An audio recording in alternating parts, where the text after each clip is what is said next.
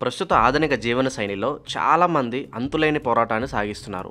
ఎన్ని ప్రయత్నాలు చేసినా ఆర్థికంగా అభివృద్ధి చెందలేకపోవడం, మంచి విద్యా అర్హతలు, ఉద్యోగం ఉన్నప్పటికీ వివాహం ఆలస్యం కావడం, దాంపత్య జీవితంలో అశాంతి, ఎన్నో ఆసుపత్రులు తిరిగినా సంతాన భాగ్యం కలగకపోవడం, వ్యాపారంలో ఊహించని నష్టాలు వంటి సమస్యలు చాలామంది జీవితాల్లో సర్వసాధారణమైపోయాయి. ఈ సమస్యల సుడిగుండంలో చిక్కుకున్నప్పుడు మన ప్రయత్న లోపం ఎక్కడుందని మనం మదన పడుతూ ఉంటాము. అయితే మన నియంత్రణకు అందని కొన్ని అదృశ్య శక్తులు కూడా మన జీవితాలను ప్రభావితం చేస్తాయని మన ప్రాచీన భారతీయ శాస్త్రాలు చెప్తున్నాయి. అలాంటి ఒక ముఖ్యమైన అంశమే పితృదోషం. ఇది మన పూర్వీకులకు సంబంధించిన ఒక కర్మబంధం. దాని ప్రభావం వారి తర్వాతి తరాలపై పడుతుందని మన పురాణాలు, శాస్త్రాలు వివరిస్తున్నాయి. సాధారణంగా చాలామంది పితృదోషం అంటే పెద్దలకు ఏటా చేయాల్సిన శ్రాద్ధ కర్మలు, తద్దినాలు పెట్టకపోవడం అని మాత్రమే భావిస్తారు. కానీ అది పితృదోషంలో ఒక చిన్న భాగం మాత్రమే. జ్యోతిష్య, ధర్మశాస్త్రాల ప్రకారం పితృదోషం అనేది చాలా గంభీరమైనది. దాని ప్రభావం కేవలం కర్మలు చేయకపోవడం వల్ల మాత్రమే కాకుండా పూర్వీకులు అకాల మరణాల వల్ల కూడా సంభవిస్తుంది. ఒక వంశంలోని పూర్వీకులు ఎవరైనా అకాల మరణం లేదా దుర్మరణం పాలైనప్పుడు వారి ఆత్మకు సరైన గతులు లభించక ఆ అశాంతి వంశీయుల జీవితాలపై ప్రతికూల ప్రభావాన్ని చూపిస్తుంది. దీనినే పితృదోషం లేదా పితృశాపం అంటారు. ఆ దోషం కారణంగా తండ్రి వైపు 6 తరాలు, తల్లి వైపు 3 తరాల లోపు ఎవరైనా అసాధారణ రీతిలో మరణిస్తే ఏర్పడుతుంది. దుర్మరణాలుగా పరిగణించబడేవి ప్రమాదాలు, రోడ్డు, అగ్ని లేదా ఇతర ప్రమాదాల్లో హఠాత్తుగా మరణించడం, ఆత్మహత్యలు, తీవ్రమైన మానసిక వేదనతో తమ జీవితాన్ని తామే అంతం చేసుకోవడం, జలగండం, నదులు, బావులు, సముద్రాలు వంటి నీటిలో మునిగి చనిపోవడం, అకాల వ్యాధులు, చిన్న వయసులోనే సుమారు 60 ఏళ్లలోపు క్యాన్సర్, కిడ్నీ వైఫల్యం వంటి తీవ్రమైన నయం కాని రోగాలతో బాధపడి మరణించడం. ఇక ఇతర కారణాలు, హత్యకు గురి కావడం, తెలియక చేసిన పాపకర్మల వల్ల, ఉదాహరణకు గోహత్య, స్త్రీ హత్య వంటివి. ఇలా మరణించిన వారి ఆత్మలు తమ కోరికలు నెరవేరక తాము అనుభవించాల్సిన జీవితాన్ని పూర్తి చేయలేకపోవడం వల్ల అశాంతితో ఉంటాయని, ఆ ప్రభావం వారి రక్త సంబంధీకులపై పడుతుందని నమ్మకం. ఇది ఒక రకమైన వారసత్వ కర్మగా మారుతుంది. ఒకే కుటుంబం పితృదోషంతో బాధపడుతుంటే వారి జీవితాల్లో కొన్ని సంఘటనలు పునరావృతం అవుతూ ఉంటాయి. వాటిని గమనించడం ద్వారా దోష ప్రభావాన్ని అంచనా వేయవచ్చు. కుటుంబంలో అర్హులైన అబ్బాయిలు, అమ్మాయిలకు సరైన వయసులో వివాహం జరగకపోవడం, సంబంధాలు కుదిరినట్టే కుదిరి చివరి నిమిషంలో చెడిపోవడం సర్వసాధారణం. వివాహమైన భార్యాభర్తల మధ్య చిన్న చిన్న విషయాలకే గొడవలు రావడం, ఒకరినొకరు అర్థం చేసుకోలేక విడాకుల వరకు వెళ్ళడం వంటివి కనిపిస్తాయి. ఇక సంతానం కోసం ఏళ్ల తరబడి ఎదురు చూడడం, వైద్యపరంగా ఎటువంటి లోపాలు లేకపోయినా గర్భం నిలవకపోవడం జరుగుతుంది. ఒకవేళ పిల్లలు పుట్టినా వారి తల్లిదండ్రుల మాట వినకుండా చెడు అలవాట్లకు బానిసలై వంశ ప్రతిష్టను దెబ్బతీయడం తల్లిదండ్రులకు తీరని వేదనను మిగులుస్తుంది. ఈ లక్షణాలు తరచూ కనిపిస్తే పితృదోష ప్రభావం ఉండవచ్చని ఒక సంకేతంగా భావించాలి.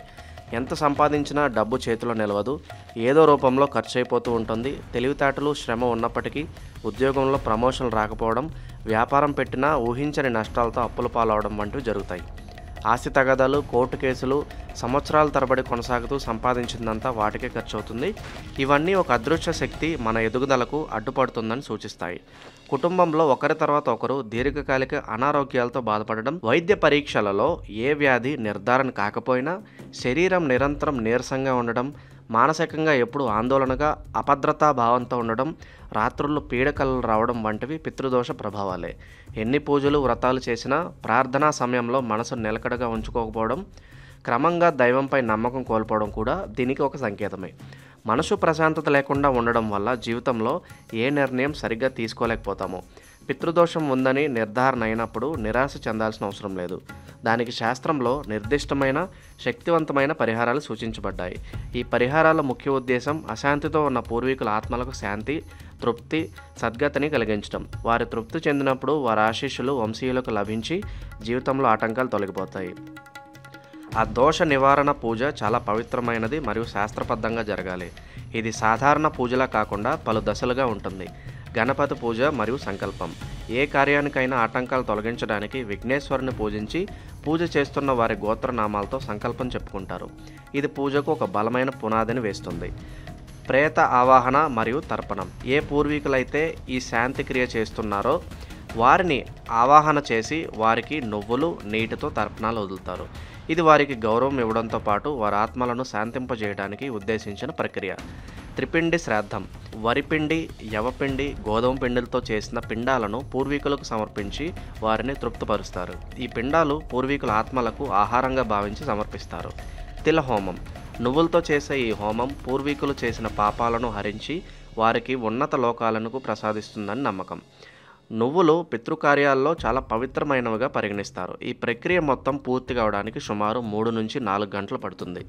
ఆషాఢ అమావాస్య, మహాలయ అమావాస్య వంటి పర్వదినాలు పితృకార్యాలకు అత్యంత శ్రేష్టమైనవి. ఈ రోజుల్లో చేసే పరిహారాలు తక్షణమే ఫలితాలను ఇస్తాయని చెప్తారు. పితృదోష పరిహారం చాలా సున్నితమైన విషయం కాబట్టి దీన్ని డబ్బు సంపాదన మార్గంగా చేసుకునే వారి పట్ల అప్రమత్తంగా ఉండాలి.